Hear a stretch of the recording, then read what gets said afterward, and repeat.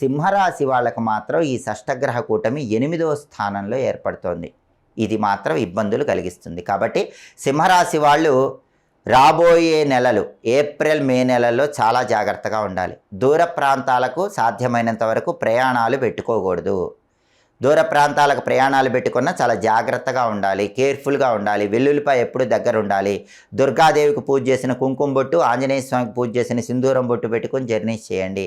అలాగే హెల్త్ విషయంలో సింహరాశి వాళ్ళు ఏప్రిల్ మే నెలల్లో స్పెషల్ కేర్ తీసుకోవాలి. ఎందుకంటే ఈ షష్టగ్రహ కూటమి సింహరాశి వాళ్ళకి 8వ స్థానంలో వచ్చింది కాబట్టి హెల్త్ పరంగా ఇబ్బందులు ఈ 2 నెలల్లో ఉండే అవకాశాలు ఉంటాయి.